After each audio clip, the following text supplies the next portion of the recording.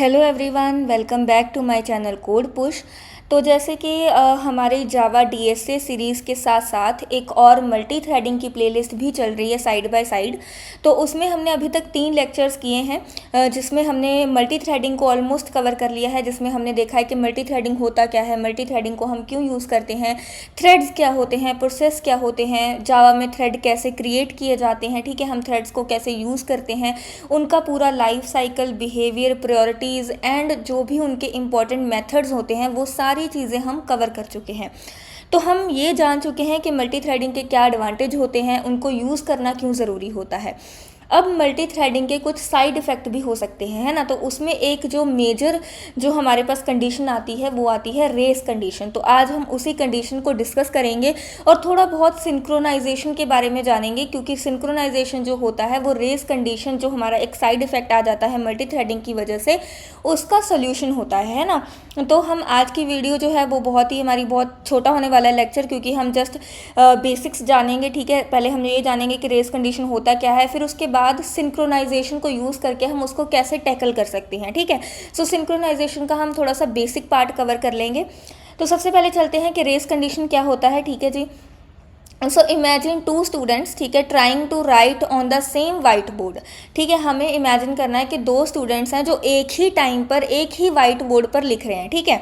So imagine 2 students trying to write on the same whiteboard at the same time, ठीक है। अब जब 2 बच्चे सेम टाइम पर एक ही वाइट बोर्ड पर लिखेंगे तो क्या हो सकता है कि वो दोनों बच्चे जो लिख रहे हैं वो आपस में क्या हो जाए, ठीक है, टकरा जाए, आपस में जंबल हो जाए, या फिर डेटा जो है वो लॉस्ट हो जाए, है ना, कि पता ही ना चले हमें कौन सा बच्चा क्या लिख रहा है। तो यहाँ पर थोड़ा सा घोटाला हो सकता है कि अगर सेम वाइट बोर्ड पर 2 बच्चों को हम बता दें कि भाई आपको सेम टाइम पे लिखना है ना।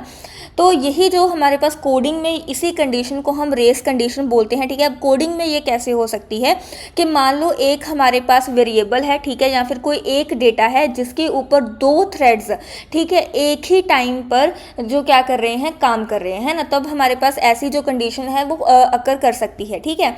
सो a race condition occurs when 2 or more threads try to access and modify shared data simultaneously leading to unexpected results. अब देखो, एक वेरिएबल है जिसको 2 थ्रेड्स एक ही टाइम पर एक्सेस कर रहे हैं ना, और दोनों उस पर ऑपरेशन परफॉर्म कर रहे हैं। तो अब उसमें क्या होगा, हमें नहीं पता चलेगा कि उसकी आउटपुट क्या आ सकती है ना। तो इस चीज़ को हम कैसे क्या बोलते हैं, रेस कंडीशन। अब इसको अच्छे से एग्जाम्पल से समझते हैं, ठीक है। अब हमारे पास क्या है कि क्रिएट अ क्लास, ठीक है, हमने एक क्लास क्रिएट करनी है where multiple threads increment a shared counter. तो हमारे पास एक काउंट का वेरिएबल होगा, ठीक है, और मल्टीपल जो थ्रेड्स हैं वो एक ही टाइम पर उस काउंट को क्या कर रहे होंगे, इंक्रीमेंट कर रहे होंगे।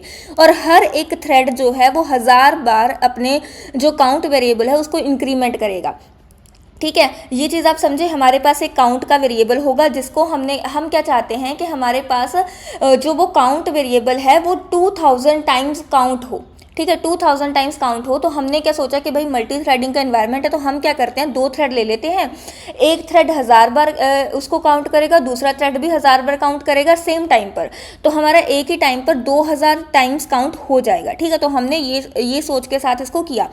बट अगर हम इसका सोल्यूशन देखेंगे तो हमारे पास जो काउंटर है उसकी वैल्यू 2000 नहीं आएगी, उसकी वैल्यू 2000 से कम ही आएगी।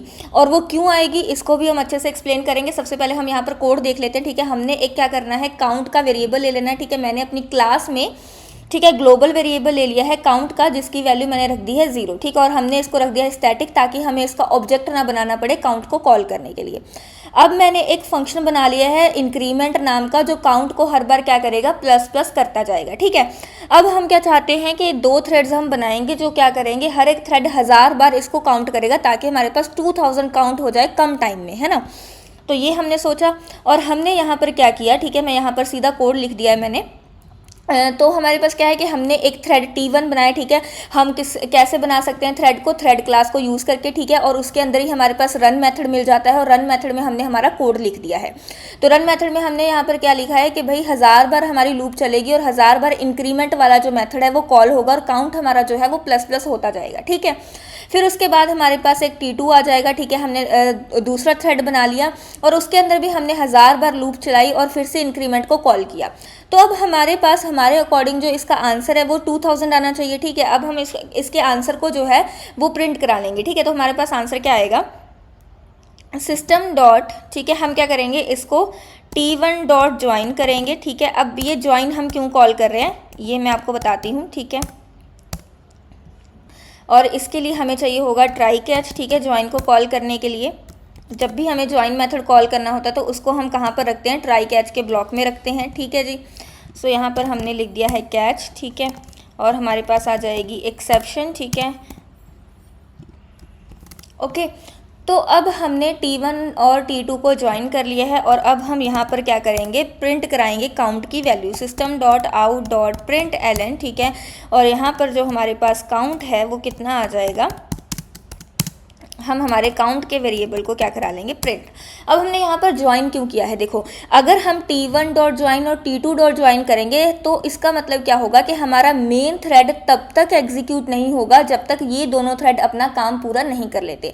तो ये जो हमारा system dot out dot println जो हमने मेन थ्रेड में जो लाइन लिखी है ये तब प्रिंट होगी जब T1 और T2 अपना काम कर चुके होंगे, ठीक है। तो जो हमारे पास फाइनल काउंट होगा वो हमारे पास आकर प्रिंट हो जाएगा।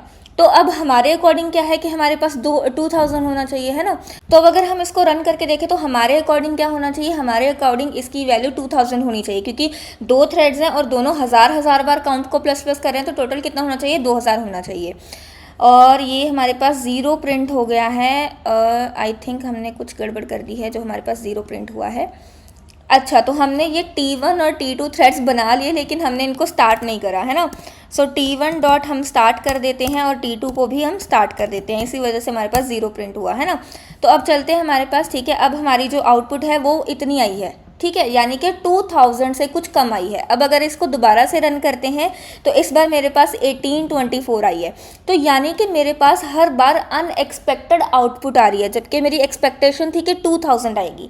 अब ये चीज़ हुई क्यों नहीं, 2000 हुआ क्यों नहीं, इसको बहुत डिटेल से समझते हैं, अच्छे से समझते हैं। अब देखो, जो हमारे पास काउंट का वेरिएबल है वो एक ही है और जो T1 और T2 हैं वो दोनों सेम टाइम पर काम कर रहे हैं, है ना। मल्टी थ्रेडिंग का मतलब यही होता है कि सारे थ्रेड्स जो होते हैं वो एक ही टाइम पर काम कर रहे होते हैं। अब मैं आपको समझाती हूँ, मान लो कि मेरे पास काउंट की वैल्यू सबसे पहले 0 है, ठीक है।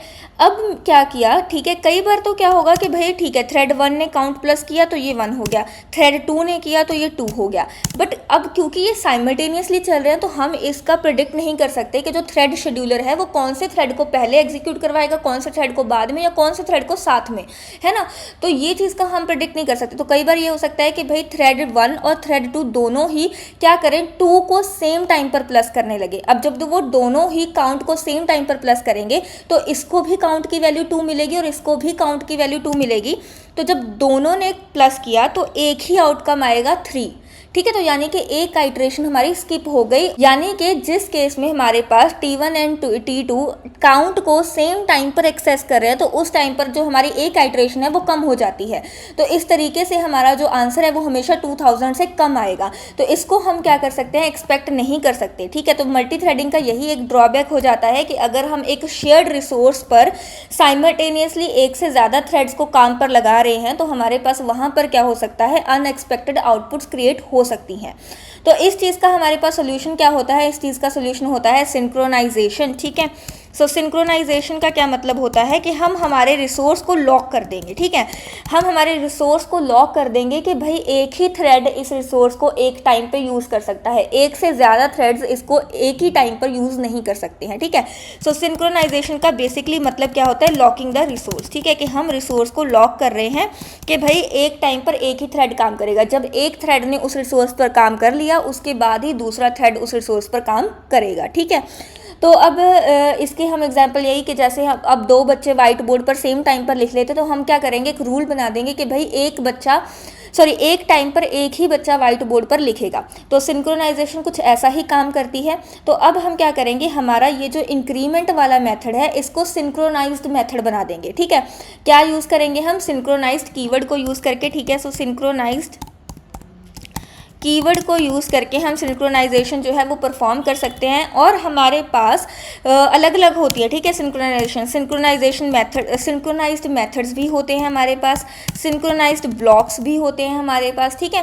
तो इन सबको हम डिटेल में नेक्स्ट लेक्चर में कवर करेंगे। अभी जस्ट हम थोड़ी सी इसकी बेसिक देख रहे थे। अब हम यहाँ पर क्या करेंगे, इस फंक्शन को क्या करेंगे, सिंक्रोनाइज्ड फंक्शन बना देंगे, ठीक है। अब जैसे ही हमने सिंक्रोनाइज्ड फंक्शन बनाया, जब तक हमारा जो T1 है वो फिनिश नहीं होगा तब तक हमारा T2 इस काउंट पर काम नहीं करेगा, ठीक है। तो यानी कि एक टाइम पर एक ही थ्रेड हमारे इस इंक्रीमेंट मेथड पर काम करेगा। हमने हमारे मेथड को लॉक कर दिया है सिंक्रोनाइज्ड कीवर्ड को यूज़ करके। तो अब अगर हम यहाँ पर देखें तो हमारी आउटपुट क्या आएगी, 2000 आएगी, ठीक है।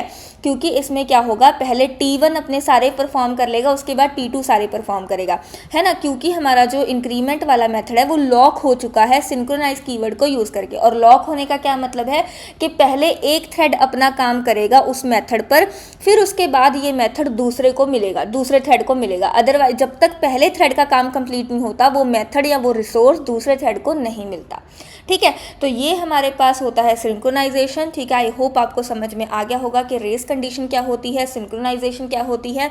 तो आगे के लेक्चर्स में हम इसको बहुत ही डिटेल में करने वाले हैं अलग अलग एग्जाम्पल के साथ, ठीक है।